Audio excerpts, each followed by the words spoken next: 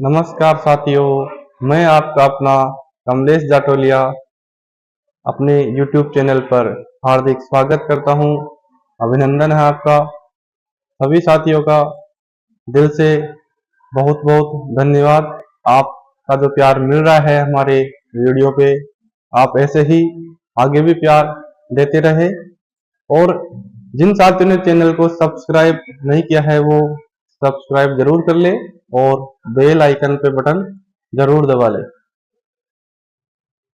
जैसा कि साथियों आपने वीडियो जो हमने राजस्थान के इतिहास और कला संस्कृति की जो सीरीज चला रखी है उसमें हम राजस्थान के प्रमुख दुर्ग पढ़ रहे हैं, जो कि राजस्थान माध्यमिक शिक्षा बोर्ड कक्षा 10 की जो पाठ्य पुस्तक वर्तमान में जो चल रही है उसमें बहुत ही बढ़िया और अच्छा कंटेंट दिया गया है। साथियों,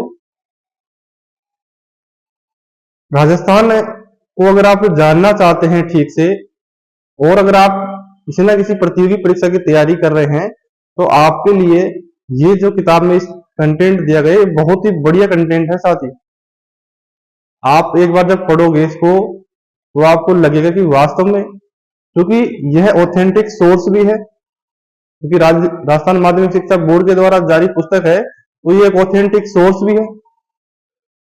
जो आप किसी गाइड वगैरह से पढ़ते हैं, हो सकता है कि उसका जब आप प्रश्नों पे आपत्ति लगाते हो तो वो ऑथेंटिक सोर्स के रूप में आप काम में नहीं ले सकते, लेकिन इस किताब में जो दिया गया है उसको आप ऑथेंटिक सोर्स के रूप में काम में ले सकते हैं। और इसमें अच्छा कंटेंट भी दिया गया है। हम जो राजस्थान के प्रमुख दुर्ग पढ़ रहे हैं उसमें हमने कुछ दुर्गों को पढ़ लिया है। आज हम उससे आगे जो दुर्ग इसमें दिए गए हैं वो पढ़ेंगे। हमने कल बूंदी के दुर्ग तक पढ़ा था, आज हम उससे थोड़ा आगे चलेंगे। देखते हैं, कल मैंने बूंदी का दुर्ग पढ़ा दिया था, तारागढ़ का किला। तारागढ़ किला बूंदी में है। यहां तक मैंने पढ़ा दिया था कि जब राणा लाखा जो है बूंदी के किले को जीतने की जो प्रतिज्ञा करता है, लेकिन वह जीत नहीं पाता है, तो फिर एक मिट्टी का किला बनाया जाता है बूंदी के किले के जैसा। और फिर उस मिट्टी के किले पर विजय प्राप्त करके राणा लाखा जो है वो अपनी प्रतिज्ञा तोड़ता है, क्योंकि उसने प्रतिज्ञा ली थी कि जब तक वह बूंदी के किले को तहस नहस नहीं कर देगा तब तक वह पानी या खाना नहीं खाएगा, अन्न जल ग्रहण नहीं करेगा। क्योंकि अब मेवाड़ से बूंदी दूर पड़ता है और वहां से फिर पहले मेवाड़ से बूंदी आना और फिर दूर पे चढ़ाई करना, युद्ध करना और फिर विजय प्राप्त करना, इसमें काफी समय लग सकता है। तो उनके मंत्रियों ने समझाया राणा लाखा को कि ये संभव नहीं है, क्योंकि हो सकता है कि उसमें महीना लग जाए, 2 महीना लग जाए, तब तक बिना अन्न जल ग्रहण करे लाखा का जीवित रहना संभव नहीं था। तो मंत्रियों के काफी समझाने के बाद लाखा माने, क्योंकि उन्होंने पहले प्रतिज्ञा तो ले ली थी,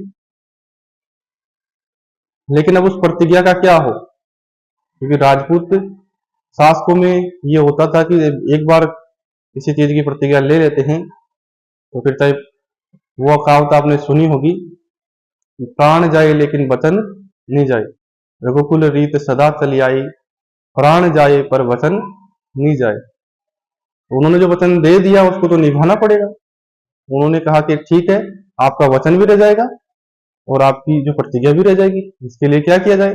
उन्होंने बूंदी के किले के जैसे एक मिट्टी का किला बनाया और जो है, और उसके बाद जो है उस मिट्टी के किले का जो प्रहरी या बहार दिया गया कुंभाहाड़ा, उनको कहा गया कि आपको प्रतिरोध नहीं करना है, जब लाखा यहाँ आएगा इसको तय तो आप हट जाइएगा बिना युद्ध करे। लेकिन उन्होंने अपने आत्मसम्मान पे ले लिया और उन्होंने कहा कि नहीं, हम इस मिट्टी के किले की भी रक्षा करेंगे, चाहे हमें अपने प्राणों से जान क्यों नहीं गंवानी पड़े। तो फिर कुंभाहाड़ा ने यहाँ राणा लाखा से लड़ते हुए इस मिट्टी के किले के खातिर अपने प्राण त्याग दी। साथियों, ऐसे भी लोग राजस्थान में रहे हैं कि मिट्टी के किले के खातिर उसकी सुरक्षा के लिए अपने आत्मसम्मान पे जब बात आई तो अपने प्राणों को भी दांव पे लगाने से पीछे नहीं हटेगा। इसके आगे आप बूंदी के बारे में एक जो ध्यान रखने का, ये विशेषकर है कि महाराव उमेद सिंह के शासनकाल में यहाँ बूंदी में एक प्रसिद्ध चित्रशाला का निर्माण हुआ था। ये जो है बहुत ही चित्रशाला के संदर्भ में बहुत ही सुंदर उदाहरण प्रस्तुत करता है ये बूंदी की चित्रशाला। ये क्वेश्चन काफी बार पूछा गया है कि जो बूंदी में जो चित्रशाला बनाई गई है, या उसको भित्ति चित्रों का स्वर्ग भी कहते हैं, तो ये जो बूंदी में चित्रशाला बनाई गई है, ये किनके शासनकाल में? महाराजा उमेद सिंह के शासनकाल में बनाई गई है साथियों। इसके बाद में आप ध्यान रखोगे तो यहाँ देखो 84 खंभों की छतरी बनी हुई है, शिकार बुर्ज बने हुए हैं, फूल सागर तालाब है, नवल सागर तालाब है, और गर्भ गुंजन तोप, ये इंपॉर्टेंट है साथियों। आपने किलकिला, शंभुबाण, गुड़धानी, तो यहाँ जो चित्रशाला है उसका निर्माण महाराजा उमेद सिंह के समय हुआ। 84 खंभों की छतरी कहाँ है? बूंदी में है। शिकार बुर्ज है, फूल सागर तालाब है, नवल सागर तालाब है, और गर्भ गुंजन तोप ये भी बूंदी के किले में है। ये जो किलकिला तोप है, शंभुबाण है, ये सब जोधपुर के किले में है। तो यहाँ ध्यान रखना, गर्भ गुंजन तोप बूंदी के किले में है, नाम से पता चल रहा है गर्भ गुंजन। मतलब ऐसा माना जाता है कि जब इस तोप को चलाया जाता था तो महिलाएं जो गर्भ से होती थी उनको काफी पीड़ा का सामना करना पड़ता था, और कई कई बार गर्भ गिर भी जाता था, इसलिए इसको गर्भ गुंजन तोप कहते हैं। इतना तेज आवाज इसका था। तो ये बूंदी के किले में स्थित है। 84 खंभों की छतरी ध्यान रखना बूंदी में है। इसके अलावा जो चित्रशाला है जिसको भित्ति चित्रों का स्वर्ग, भित्ति चित्रों का स्वर्ग भी कहते हैं किसको? जो ये बूंदी की चित्रशाला है, और ये महाराजा उमेद सिंह के शासनकाल में बनी थी। इसके बाद हम देखेंगे आगे जो है नाहरगढ़ का किला, जो कि जयपुर में स्थित है। जयगढ़ का जो किला स्थित है उसी के थोड़े ऊपर नाहरगढ़ का किला भी स्थित है। तो आप ध्यान रहे, नाहरगढ़ का किला जयपुर में है।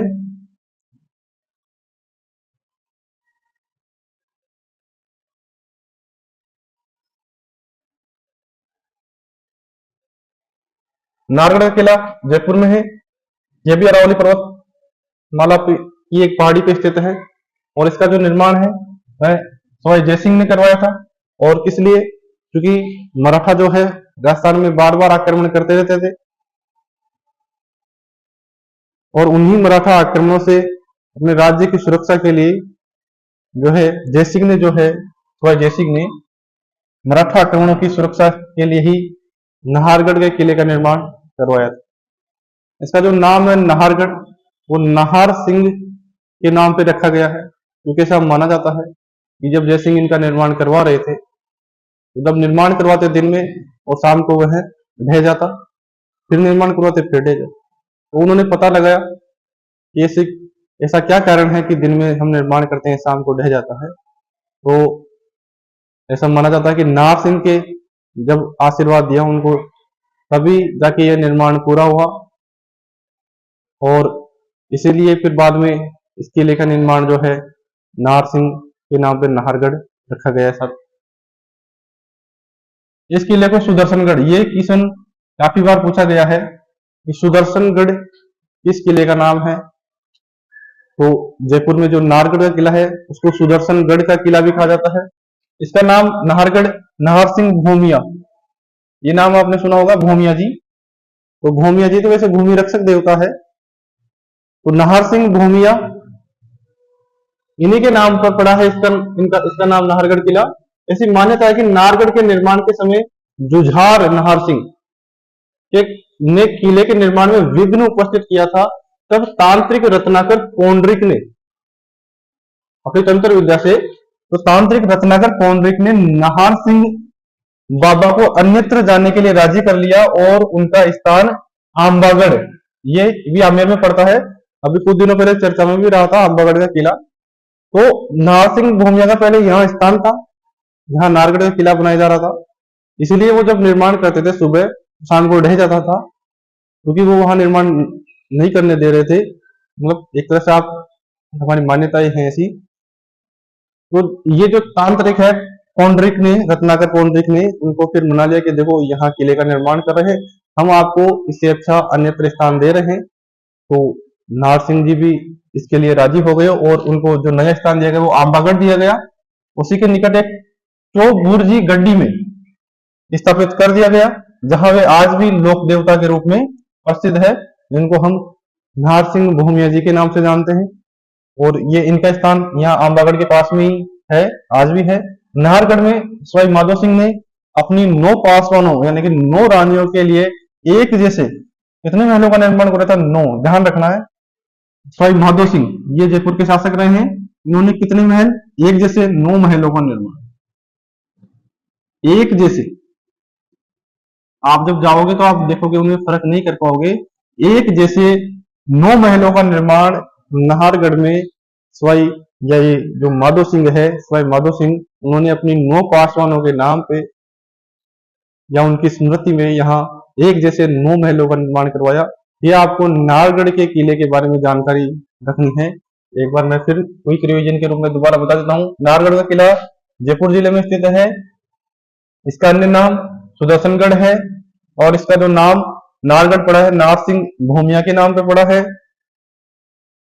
बाद में देखें तो एक जैसे 9 महल या ऐसा पूछा जा सकता है, बताइए एक जैसे 9 महल कौन से किले में स्थित है? नाहरगढ़ के किले में। या फिर ये पूछा जाए कि बताइए नाहरगढ़ के किले में एक जैसे 9 महल जो बनवाए वो किसने बनवाए? माधो सिंह ने। या फिर नाहरगढ़ किले का निर्माण सवाई जय सिंह ने, जयपुर के शासक। अब हम आगे चलते हैं तारागढ़ अजमेर। हमने पिछले वीडियो में ये देख लिया था तारागढ़ अजमेर। एक बार थोड़ा सा क्विक रिवीजन फिर से करवा देता हूं, ताकि अगर कोई नई बात हो तो आपको फिर पता लगे।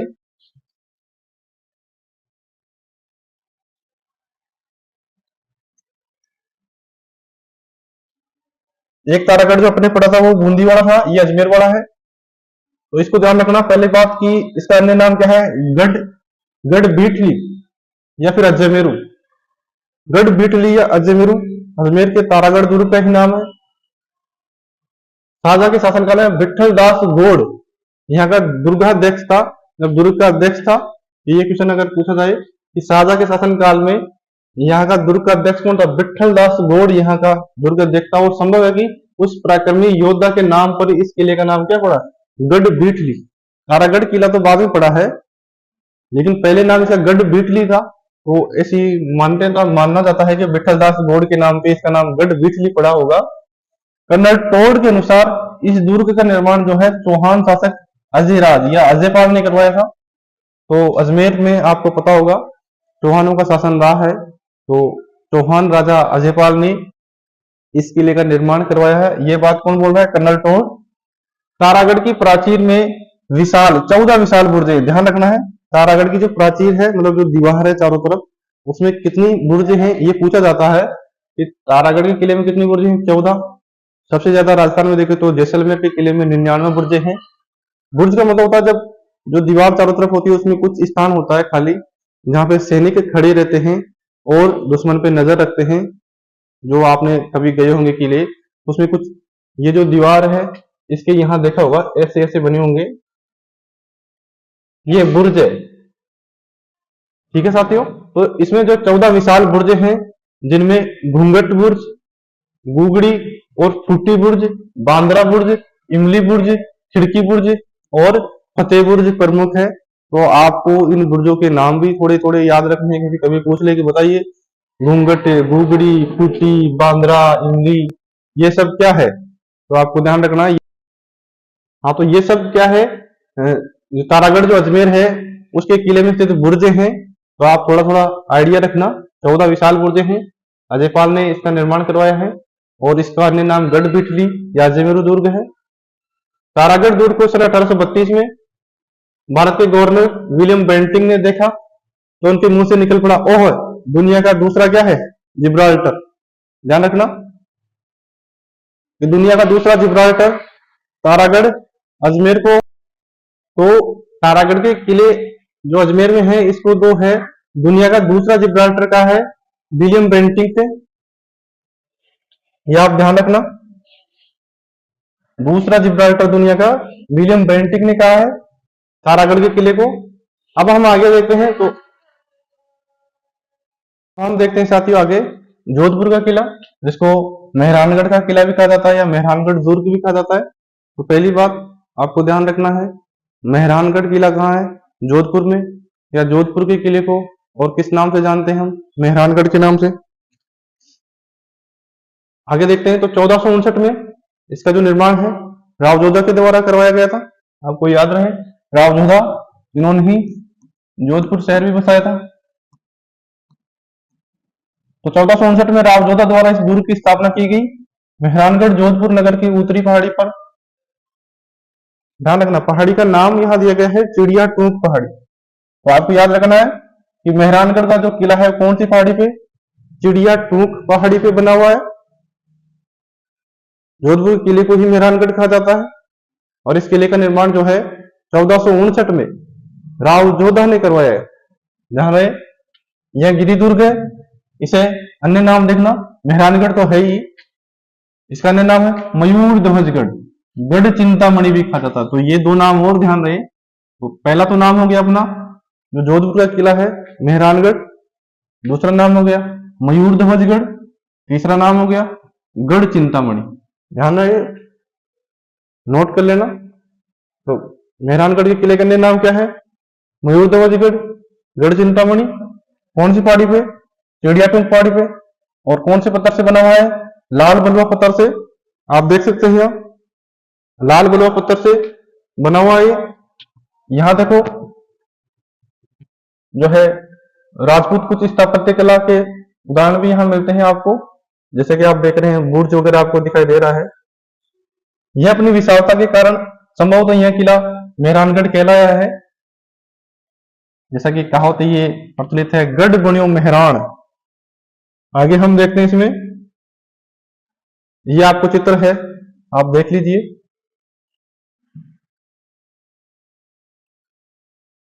आगे हम देखते हैं जोधपुर किले में कि इस किले की और विशेषताएं क्या क्या है, कौन कौन सी इमारतें या कौन कौन सी स्मारक यहां स्थित है। तो पहले हम देखते हैं इस किले में,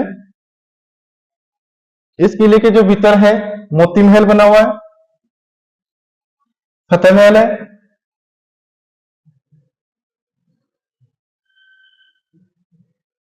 ये क्या हो रहा है भाई?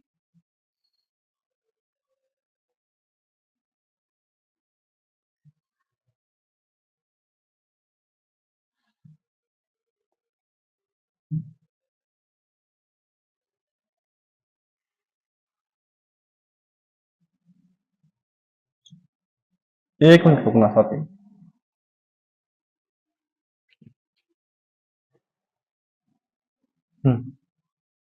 तो जोधपुर के किले के अंदर देखे तो मोती महल है, फतेह महल है, फूल महल है, सिंगार महल, ये बहुत ही सुंदर दर्शनीय है वहां।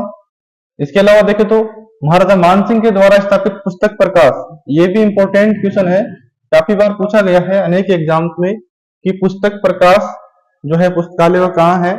यह है जोधपुर के किले में है और इसका जो निर्माण है महाराजा मानसिंह। स्टार लगा लेना साथियों, इंपॉर्टेंट क्वेश्चन है।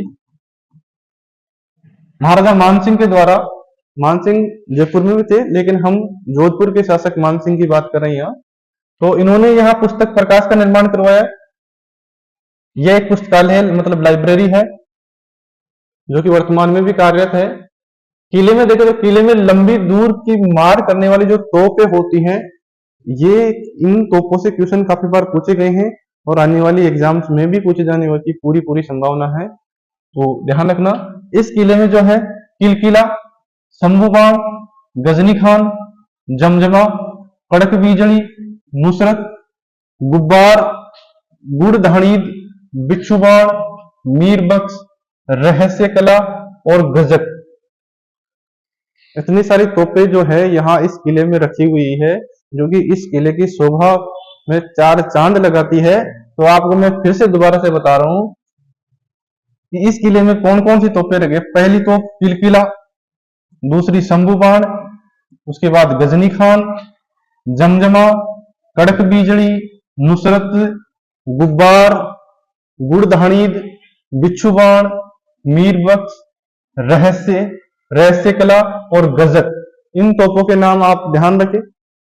पूछा जा सकता है कि ये तोपें कौन से दुर्ग में है, या ये भी पूछा जा सकता है कि मेहरानगढ़ के दुर्ग में कौन सी तोप रखी है। तो निम्न में आपको चार ऑप्शन दे या RS मेंस के लिए पूछे तो आपको लिखने के लिए कहे 1-2 नंबर का क्वेश्चन आए तो आप इसका सहारा ले सकते हैं।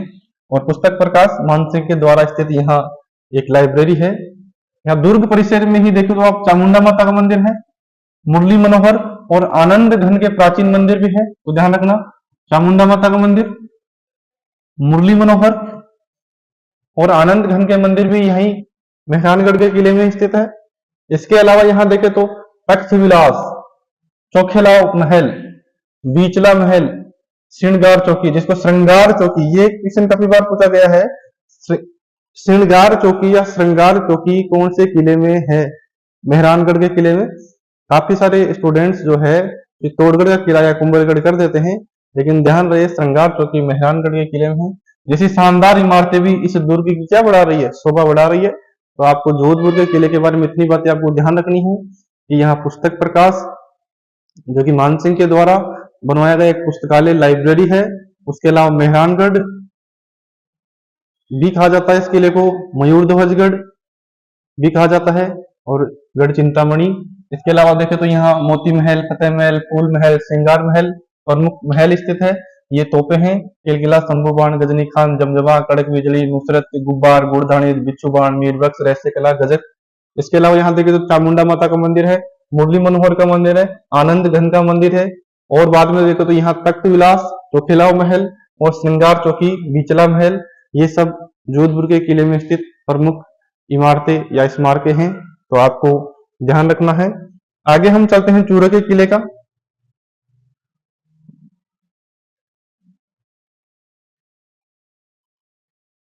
चूरू के किले के विषय में आपको कुछ बातें जो ध्यान रखनी है, वो पहली बात तो जैसा कि नाम से लग रहा है आपको चूरू का किला, तो उसमें तो कोई समस्या आनी नहीं है कि कहाँ स्थित है, लेकिन और कौन सी बातें ध्यान रखनी है वो देखना इस किताब में जो दिया गया है। मतलब दुर्ग का निर्माण ठाकुर खुशहाल सिंह ने 1739 में करवाया था। बाद में देखें तो 1814 में बीकानेर राज्य की सेना ने चूरू दुर्ग को चारों ओर से घेर लिया, क्योंकि बीकानेर पड़ोसी राज्य है चूरू का। और वहां देखे तो तोपों और गोलों की उस पर क्या कर दी, बारिश कर दी। क्या था कि 1814 में बीकानेर ने चूरू पे आक्रमण कर दिया और यहाँ तोप और गोलों की बारिश कर दी। जवाब में चूरू के दुर्ग या चूरू के किले से भी जवाब मिला और वहां से भी गोले दागे गए, लेकिन क्या हुआ कि वहां पे गोले समाप्त हो गए। फिर उन्होंने लोहे के गोले दागे, लेकिन वो भी समाप्त हो गए। तब ऐसा कहा जाता है कि यहाँ जो है चांदी के गोले दागे गए। और जब दुश्मन सेना ने ये सब देखा तो वह अपने यहाँ चूरू के जो स्वाभिमान है, जो नागरिकों का सम्मान है या जो समर्पण है, उसको देखते हुए वह भी आश्चर्यचकित हुए। तो ध्यान रखना है कि जवाब में ग्रुप से जो है दुर्ग से भी गोले बरसाए गए। कुछ समय बाद गोले बनाने के लिए शीशा समाप्त हो गया, तो फिर बाद में सेठ, साहूकारों और जन सामान्य ने अपने घरों में जो चांदी के जो जेवरात थे या जितनी भी चांदी थी वो लाके जो है गोले बनाने के लिए दे दी, ताकि युद्ध जारी रह सके। अपने घरों से चांदी लाकर ठाकुर के सामने रख दी। जब तोपों से छूटे चांदी के गोले शत्रु सेना पर जाके गिरे तो शत्रु सेना भी क्या रह गई, हैरान रह गई। और उसने जनता की भावनाओं का सम्मान करते हुए आप देख रहे हैं दुर्ग पर से अपना क्या उठा लिया, घेरा उठा लिया।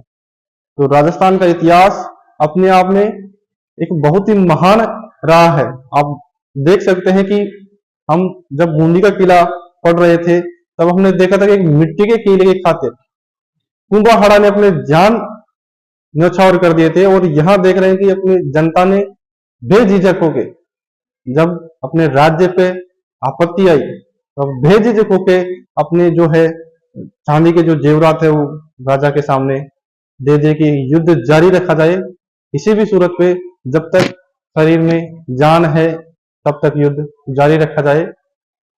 ऐसी हमारी कल्चर रहा है राजस्थान का, तो हमें गर्व है राजस्थान के कल्चर पे, राजस्थान के इतिहास पे और राजस्थान के वीर योद्धाओं पे हमें गर्व है।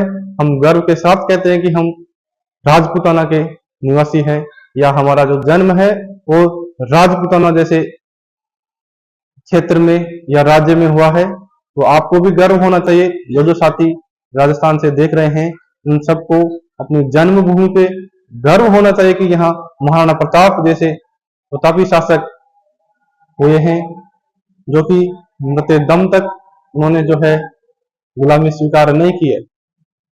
हम अपने टॉपिक पे वापस आते हैं। अब हम आगे देखते हैं अकबर का किला, जो कि अजमेर में स्थित है। इसे अकबर का दुर्ग कहते हैं, ध्यान रखना।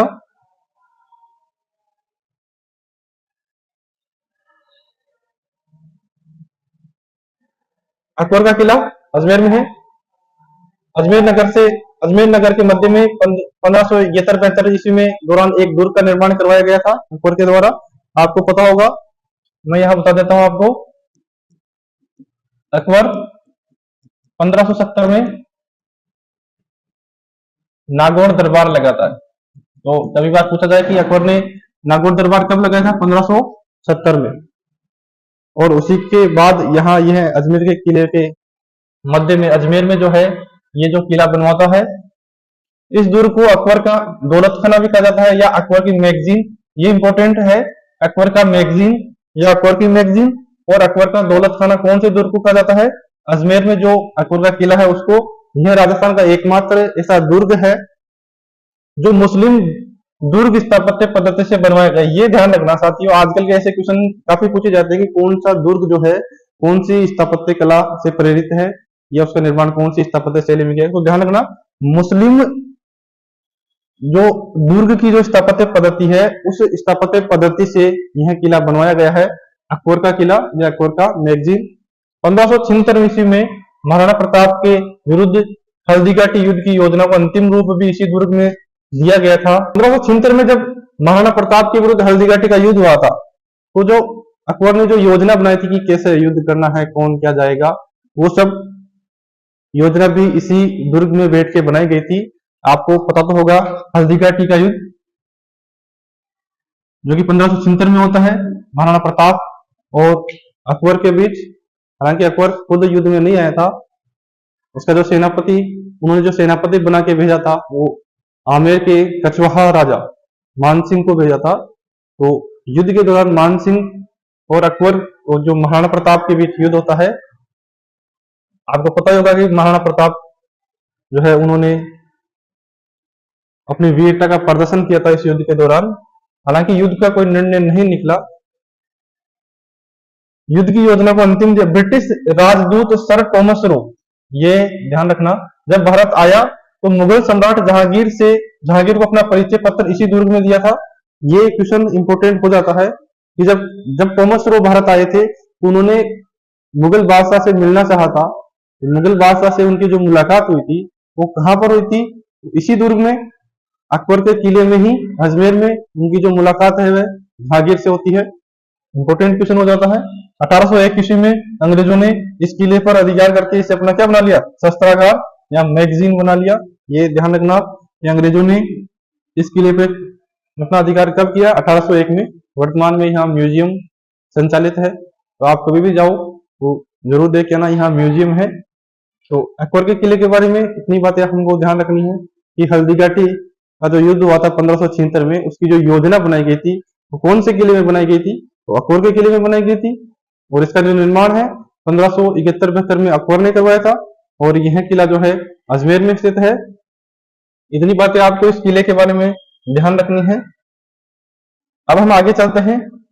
एक और बेहतरीन किला या बेहतरीन दुर्ग जो कि राजस्थान के इतिहास में अपना महत्वपूर्ण स्थान रखता है, और वह है बीकानेर का दुर्ग, या जिसको हम जूनागढ़ का किला कहते हैं। तो चलते हैं हम बीकानेर जूनागढ़ की तरफ। आप देख रहे हैं इस दुर्ग की जो नींव है महाराजा राज सिंह ने 1589 ईस्वी में रखी थी। इससे पहले हमने जोधपुर का देखा था। जोधपुर के किले का निर्माण जो है राव जोधा ने करवाया था, आपको ध्यान है। अजमेर के किले का निर्माण अजयपाल चौहान ने। और इस किले का निर्माण जो है महाराजा राय सिंह ने 1589 में रखी थी। दुर्ग की प्राचीर एवं अधिकतर जो निर्माण कार्य है वह लाल पत्थरों से हुआ है। जैसे कि जोधपुर के किले में भी हमने देखा था, उसका जो निर्माण हुआ है ज्यादातर लाल पत्थरों से हुआ है। तो बीकानेर के किले का निर्माण भी लाल पत्थरों से हुआ है, लाल बलुआ पत्थर जिसको हम कहते हैं, इसलिए इसे लालगढ़ का किला भी कहा जाता है। हालांकि वहां लाल महल अलग है, बीकानेर में एक लाल महल भी है, लेकिन इस किले को लालगढ़ भी कहा जाता है। दुर्ग में आंतरिक द्वार, सूरजपोल दरवाजे पर इस दुर्ग के संस्थापक राजा राय सिंह की प्रशस्ति, जिसको राय सिंह प्रशस्ति कहा जाता है, वह है। सूरजपोल के दोनों तरफ देखे तो चित्तौड़ के साके में वीर गति पाने वाले दो इतिहास प्रसिद्ध वीरों जमल मेड़तिया और फत्ता सिसोदिया, ये आपको इंपॉर्टेंट है। मैंने कल आपको बताया था कि चित्तौड़ का जो दुर्ग है उसमें 3 साके हुए हैं। कितने साके? 3 साके हुए हैं। तो यहां ध्यान रखना कि जमल मेड़तिया और फत्ता सिसोदिया है, इनकी जो हाथी पर सवार मूर्तियां स्थापित की गई है, कहा? जूनागढ़ के किले में, जो कि बीकानेर में है। रतन निवास है, रंग महल है, कर्ण महल है, अनूप महल है, छतर निवास है, लाल निवास है, सरदार निवास है, चीनी बुर्ज है, सुनहरी बुर्ज है, विक्रम विलास आदि इस दुर्ग में स्थित एक प्रमुख इमारतें हैं। तो आपको इस किले के बारे में ध्यान रखना है। जूनागढ़ का किला बीकानेर किले कहा जाता है और इसको लालगढ़ भी कहा जाता है। क्यों? क्योंकि यह लाल पत्थरों से बना हुआ है, लाल बलुआ पत्थरों से बना हुआ है, इसलिए इसको जो है लालगढ़ भी कहा जाता है। इसका निर्माण जो है राय सिंह ने करवाया था 1589 में। और इसके बाद देखे तो इसमें जो है जमल मेड़तिया और फत्ता सिसोदिया की जो हाथी पर सवार मूर्तियां जो है वो यहाँ मिलती है हमें। रतन निवास, रंग महल, कर्ण महल, अनूप महल, छतर निवास, ऐसी इमारतें यहाँ इस किले में दी गई है। तो आपको ये बातें सारी जो है बीकानेर के किले के संदर्भ में ये आपको ध्यान रखनी है। अब हम आगे चलते हैं और आगे हमारे पास है भैंसरोडगढ़ का किला। ये भी किला ज्यादा इतिहास में क्वेश्चन तो इतने नहीं बनते इसके, लेकिन फिर भी अपन को ध्यान रखना है भैंसरोडगढ़ किले के बारे में। कभी कभी हो सकता है कि कोई सवाल बन जाए ऐसा, तो हमें ऐसा नहीं रहे कि हमारा पढ़ा हुआ नहीं है या हमने कभी इसके बारे में जाना नहीं है। तो हम जो इस किताब में दिया गया है वो देख लेते हैं क्या क्या दिया गया है। पहली बात, भैंसरोडगढ़ चित्तौड़गढ़ में स्थित है और चंबल और बामनी नदियों के संगम पर, ये आपको ध्यान रखना है। एक तो गागरोन का किला जलदुर्ग है जो कि काली सिंध और आहू नदी के संगम पर है। दूसरा भैंसरोडगढ़ का किला, ये भी जलदुर्ग की श्रेणी में आता है, जो कि चंबल और बामनी नदियों के संगम पर स्थित है। यह किला 3 ओर से पानी से घिरा हुआ है, तो यह भी क्या है? जलदुर्ग। ध्यान रखना, एक तो जो जलदुर्ग है गागरोन का किला, एक तो ध्यान रखना गागरोन का किला, ये झालावाड़ में है। ये क्या है? जलदुर्ग। और कौन सी नदी? काली सिंध और आहू के संगम पर। अब हम देखते हैं भैंसरोडगढ़। ये जो है चित्तौड़ में है, चित्तौड़गढ़ में। और ये जो किला है चंबल व बामनी नदियों के संगम पे।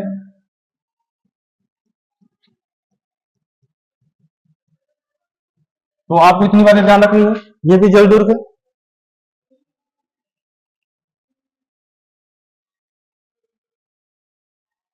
कर्नल टोड के अनुसार इस किले का निर्माण भैंसासा नामक व्यापारी तथा रोड़ाचारण ने पर्वतीय लुटेरों से अपने व्यापारिक काफिले की रक्षा हेतु करवाया था।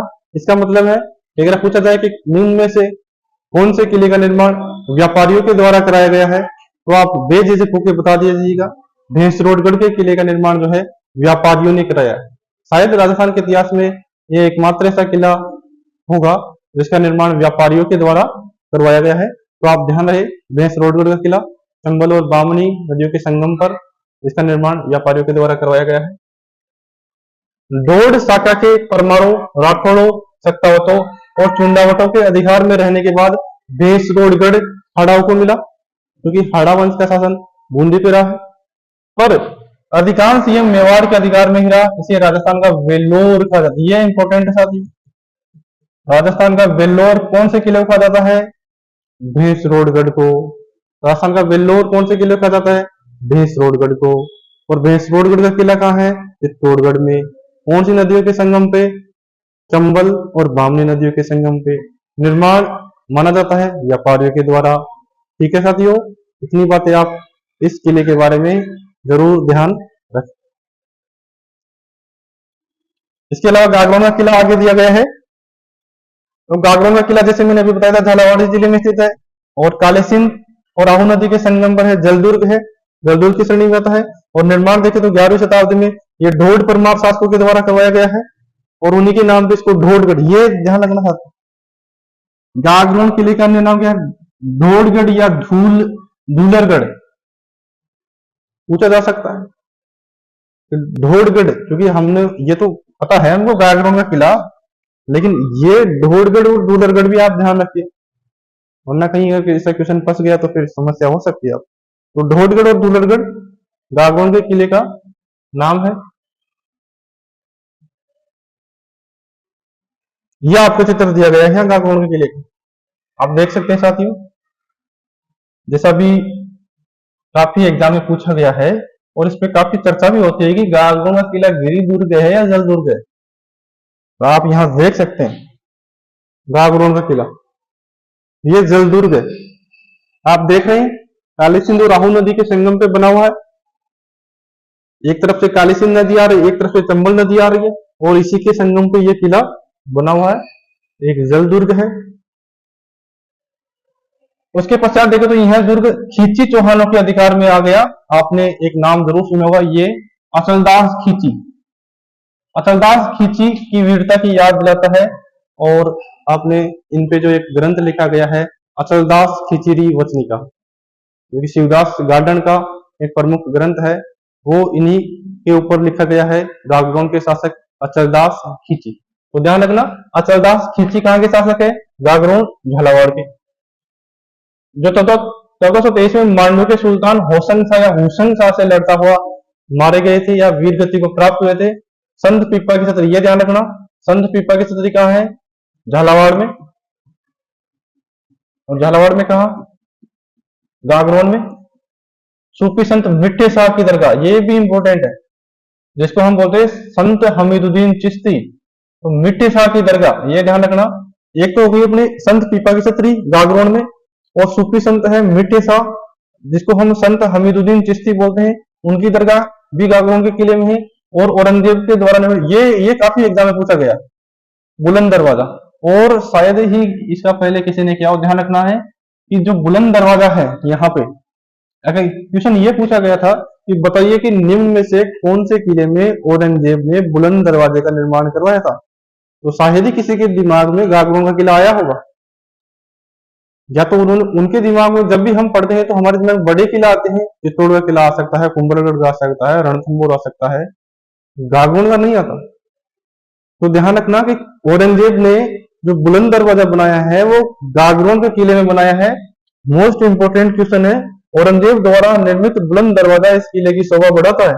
और मिट्टी शाह की दरगाह है यहाँ, और संत पीपा की छतरी है, और अचलदास खींची यहाँ के एक प्रमुख शासक रहे हैं, जिन पे एक ग्रंथ है अचलदास खींचीरी वचनिका, जो कि शिवदास गार्डन के द्वारा लिखा गया है। इतनी बातें आप इन जो दुर्ग हमने पढ़े हैं उनके बारे में जो मोस्ट इंपोर्टेंट फैक्ट थे वो हमने देखे हैं। आप जरूर इन बातों को ध्यान रखें, मोस्ट इंपोर्टेंट बातें अपनी नोटबुक में आप नोट कर ले, आपको आने वाली एग्जाम्स में बहुत मदद करेगी।